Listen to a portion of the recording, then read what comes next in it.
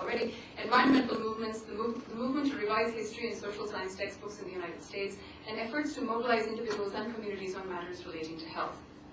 I'm frankly interested in what Gayatri Spivak has called strategic essentialisms, produced and set in motion when the loose nebulousness of Hinduism is pared down precisely in order to make effective arguments to various audiences, whether faith communities, funding agencies, or multiculturalist states. There's a lot of literature that spends itself critiquing essentialisms, but far less that takes stock of the values that these also generate. Who makes these arguments? How and with what import? To whom are they addressed? How do the distinctions between the religious and the secular, somewhat ironically, actually come to define the terms for this interaction? What sort of possibilities do pared-down iterations of faith generate? These are the questions that are not so often posed, but I think of considerable importance to address. Talal Asad has argued for an anthropology of the secular, since it's secularism that generates religion and not the reverse, determining its constitution and demarcating the areas it can legitimately occupy. The concept of the secular, he has astutely observed, cannot do without the idea of religion. I'd like to suggest that studying the faith-based necessarily and fundamentally involves producing such an anthropology of the secular, and of the processes by which religion, faith, and belief enable the articulation of secular issues, and put faith to work under the sign of the secular, as it were. At best, this presentation is a set of rough notes towards such an end. And so I'm going to skip over the section on environmentalism, so I'll just go directly to the second section on the California textbook controversy. So the California textbook controversy is something that occurred in 2005-2006, and this is a bit of background.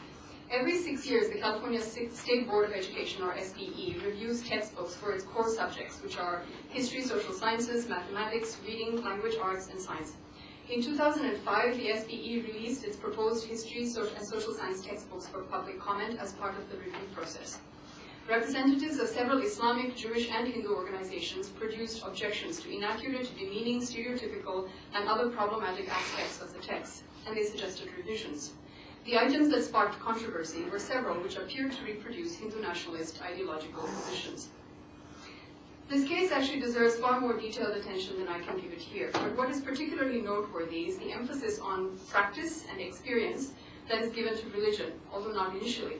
Before anything became controversial, the claims of the Hindu groups lobbying for the edits were based on the need for equitable portrayals of cultural and racial diversity, and the imperative to protect cultural diversity, instill in each child a sense of pride in his or her heritage, develop a feeling of self-pride, and eradicate the roots of prejudice. Indeed, 91 of the 117 edits proposed by the Hindu groups in California might well have been accepted, but for the fact that an Indian graduate student in California who had been approached by the Vedic Foundation for a signature to their petition notified Professor Michael Witzel, Professor of Sanskrit and Indic Studies at Harvard University, and his collaborator Steve Farmer about the attempts of these groups to rewrite the textbooks. It was Witzel's letter to the SBE, written on behalf of a long list of specialists on ancient India, that characterized the Hindu group's deployment of religion as chauvinist. The proposed edits, he wrote, are not of a scholarly but of a religious and political nature, and are primarily promoted by Hindutva supporters and non-specialist academics writing about these issues far outside their areas of expertise. In putting forward an argument that linked the Hindu group's edits so straightforwardly to Hindutva chauvinism, Witzel paid scant attention to the functionality of religion, whether chauvinist or not, in addressing the impact of demeaning, stereotypical, and even just cheeky representations of Hinduism on Hindu students in the school system, which the edits explicitly sought to address. Rather, it leveraged a characteristically multiculturalist privileging of quote-unquote cultural expertise to unilaterally assert the authority of scholarship, which was itself defined as not politics and not religion, in determining appropriate representations of Hinduism. It thus reified the distinction of scholar to practitioner, even raising the specter of threats to religious freedom as defined by the US State Department in underscoring the consequences of ignoring the views of authorized scholars. And I find this strategy to be particularly ironic, given that scholars do not often treat the US State Department's pronunciations as unproblematic. Cultural expertise was presumably to be found in scholarship of the sort that Witzel and the signatories to his letter produced, not in the work of Hindutva supporters and non-specialist academics writing about issues far outside the areas of their expertise.